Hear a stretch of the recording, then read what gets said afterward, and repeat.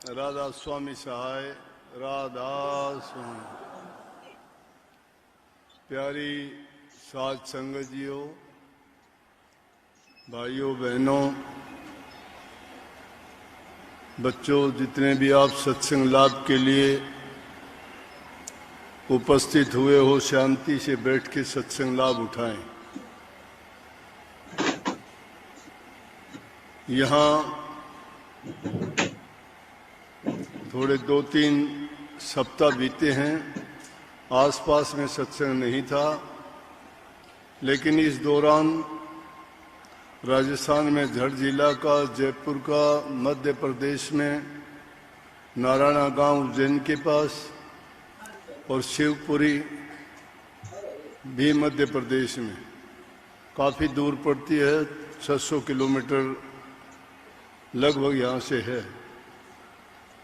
तो वहाँ इतनी ज़्यादा तो संगत नहीं, लेकिन गिने चुने सत्संगी यहाँ से भी वहाँ पहुँचे थे, सत्संग लाभ उनको भी मिला। लेकिन यहाँ आसपास में लगभग 3 हफ्ते बीत गए होंगे।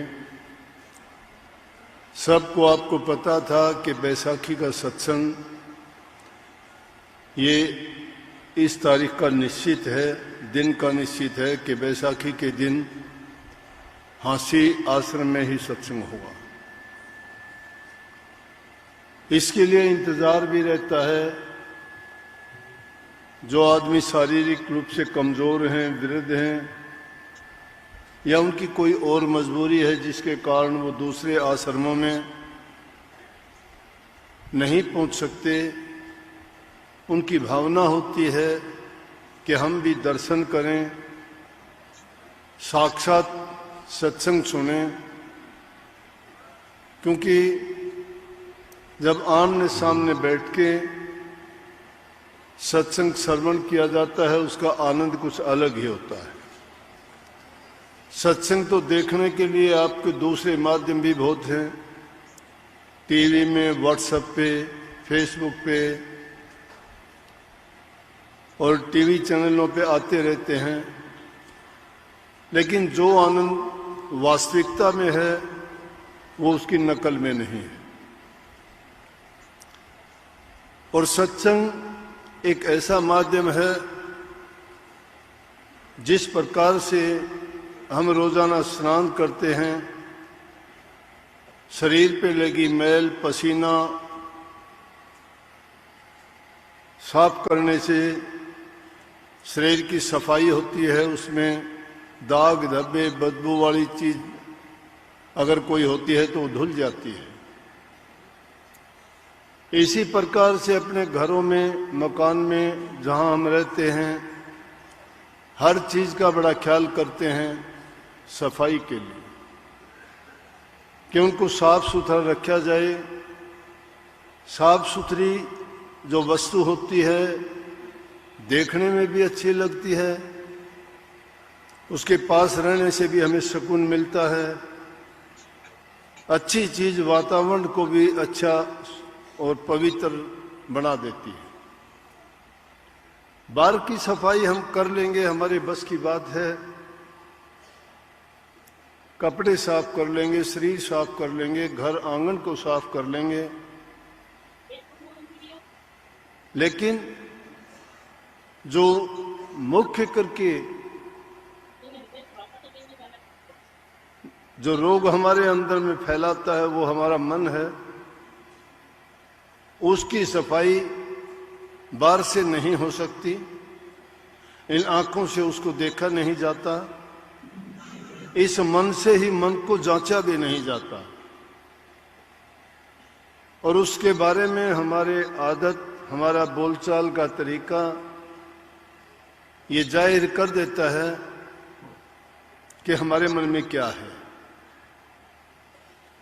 कभी हमारे अच्छे विचार होते हैं, कभी बुरे होते हैं, कभी खुशी होती है, कभी दुख होता है, वो भी उन बातों से जाहिर हो जाता है।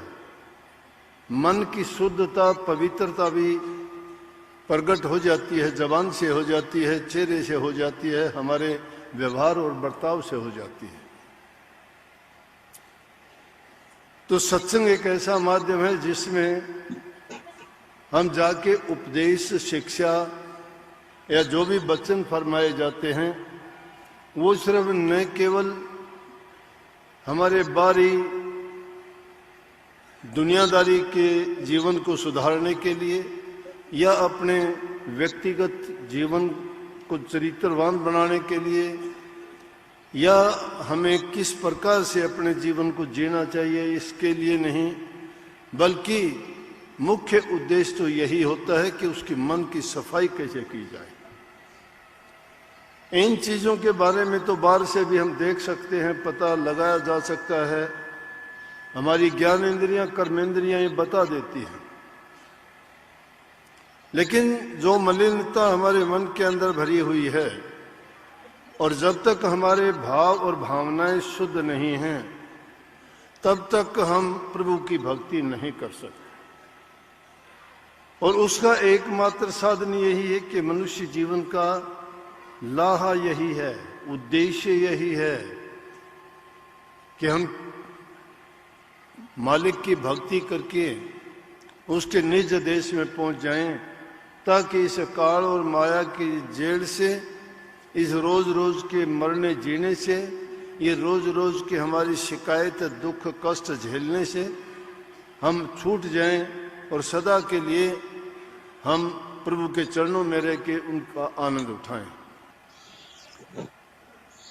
इसलिए सत्संग में अवश्य जाना चाहिए।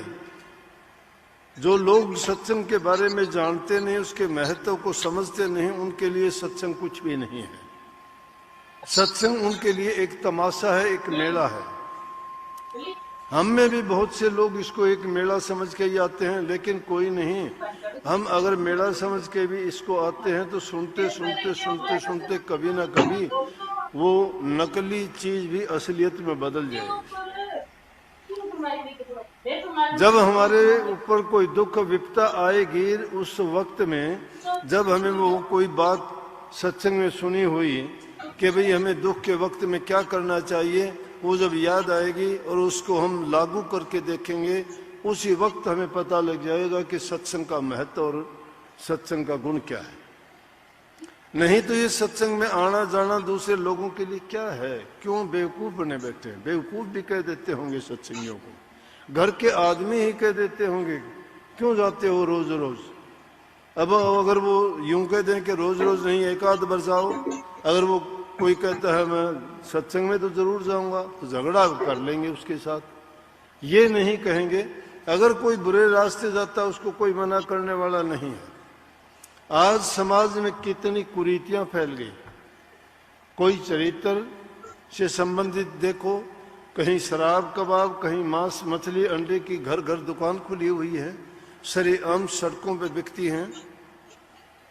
कितनी जीव हिंसा होती है, कितने बकरे मुर्गे या दूसरे जीवों की हत्या करके उनको आम खुले में बेचा जाता है और लोग उनका सेवन भी करते हैं, खाते भी हैं।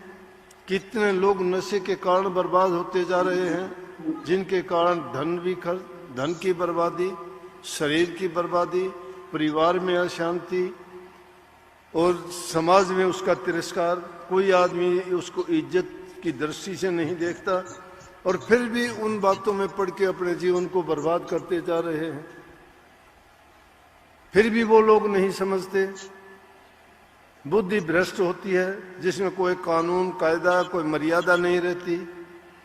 उनको यहाँ तक कि ये होश नहीं रहता नशा करने के बाद कि माँ के साथ बर्ताव क्या होना चाहिए, बहन के साथ क्या होना चाहिए, पत्नी के साथ क्या होना चाहिए और पिता के सामने क्या होना चाहिए।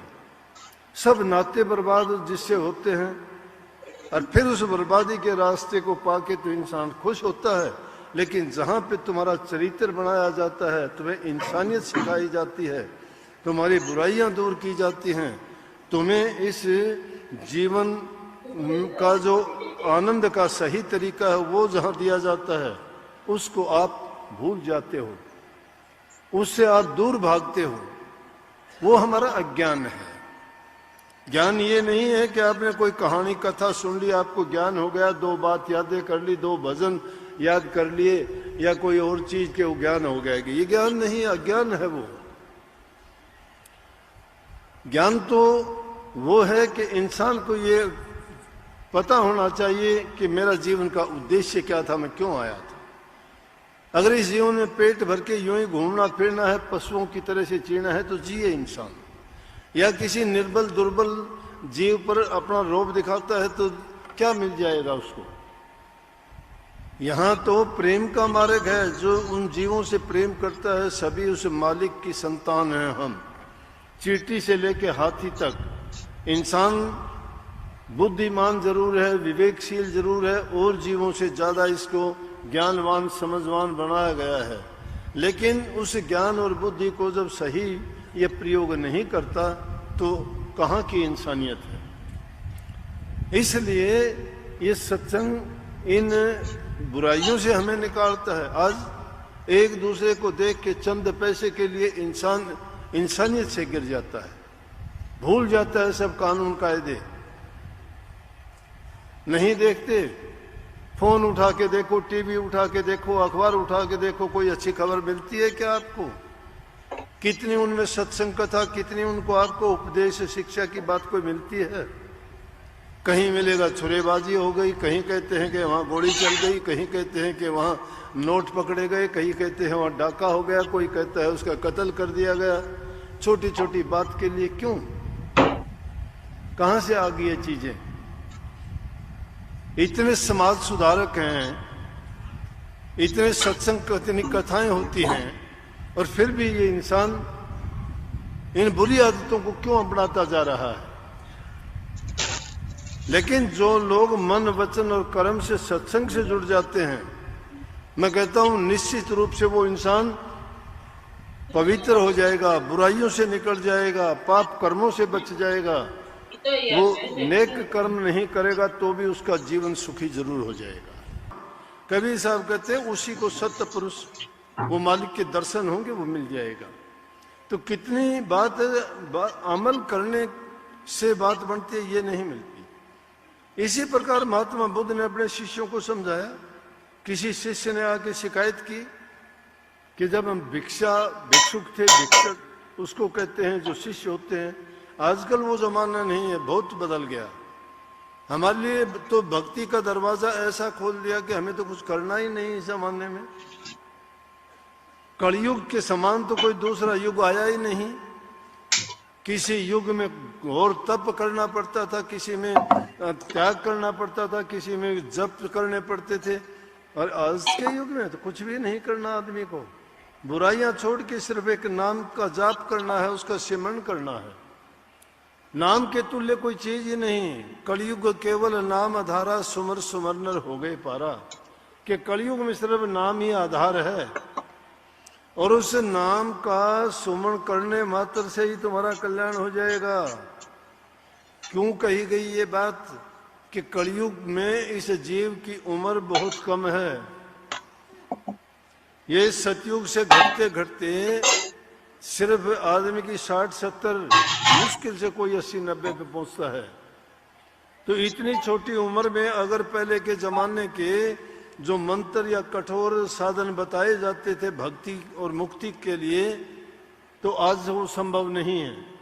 नंबर 2, जीव में उतनी शक्ति भी नहीं है। नंबर 3, जीव में इतनी बर्दाश्त करने का मादा भी नहीं है, क्योंकि इतना ये दुर्बल और इतना कमजोर हो गया आते आते कि इससे वो कठिन तप, कठिन जो साधनाएं हैं वो नहीं कर सकता। अब अगर हम उन जमाने की, सतयुग की, त्रेता की बातों को याद करें, कलयुग में लागू करें तो नहीं हो सकती। तो संतों ने हमारे लिए ये सुलभ, सरल और बहुत छोटा रास्ता हमें बताया कि तुम नाम की कमाई करो, नाम का अभ्यास करो, तुम्हारा कल्याण हो जाएगा। लेकिन उससे पहले शर्त है कि इंसान अपना चरित्रवान बने। हमने जो चरित्र में बुराइयां लगा ली हैं, उन बुराइयों को पहले दूर करें। लेकिन हमें तो दूर कहां से करेंगे? प्रचार ही उन बातों का होता है। आज उन बातों को अगर जो विज्ञान ने उन्नति की है, उस जो विज्ञान ने खोज की है, जो विज्ञान का विकास हुआ है, उसके साथ मानवता का तो विनाश भी हुआ है। पता नहीं लोगों को लज्जा शर्म कुछ है कि नहीं है। जब भी फोन और उन चीजों को खोल के देखोगे उनमें क्या क्या बोला जाता है।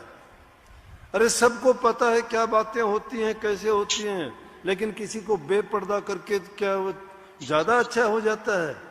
चंद पैसे के लिए इंसान क्या इतना गिरावट पे आ जाएगा कि कोई लज्जा शर्म लिहाज ना रहे। अगर क्यों नहीं अच्छी चीजों का प्रचार किया जाए, क्या उनकी कमी है?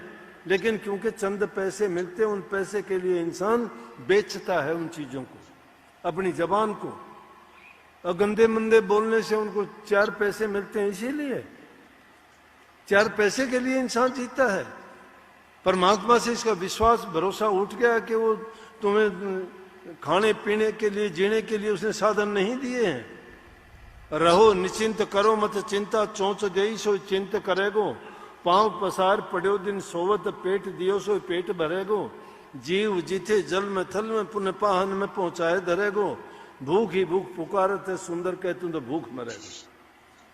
अरे जिसने पैदा किया उसने तुम्हारा इंतजाम पहले कर दिया, लेकिन तुम उनसे मुंह फेर लेते हो। तुम सोचते हो कि अगर हम ये बेईमानी नहीं करेंगे, ये दगाबाजी नहीं करेंगे, ये छल कपट नहीं करेंगे, ये चोरी नहीं करेंगे, या ऊट पटांग बात नहीं करेंगे, तो हम शायद मर जाएंगे, भूखे मर जाएंगे। जीने के लिए क्या ऐसे काम करोगे? क्या जीवन है वो जीवन? अरे जिसके जीवन में खुशी नहीं, शांति नहीं, जिसकी भावना शुद्ध नहीं, विचार अच्छे नहीं, इसीलिए संतों का सत्संग जीव को कहता है कि प्रथम है कि इंसान अच्छे गुणों को अपनाए, गुरु की शरण में आए। गुरु ने हमें अपना लिया और हमने गुरु को अपना सब कुछ मान लिया। माँ बाप पिता पुत्र सब किमी, अकेले गुरु नहीं मानना। वाणी पढ़ के देखो राधा स्वामी की क्या कही कि राधा स्वामी मात पिता पति मेरे। मात पिता पति, हमारा पति भी है, पिता भी है, मात भी है। राधा स्वामी मात, मैं नहीं कहता ये वाणी, स्वामी जी महाराज ने लिखी है सार वचन में। राधा स्वामी मात पिता पति मेरे, राधा स्वामी चरणन सुख घनेरे। राधा स्वामी के चरणों में राधा स्वामी है क्या? मालिक को ही कहा है, कोई नई बात नहीं है। कोई नया आदमी होगा वो सोचता हुआ राधा स्वामी क्या है? कोई कुछ नहीं है। जिसको अल्लाह कह दिया, खुदा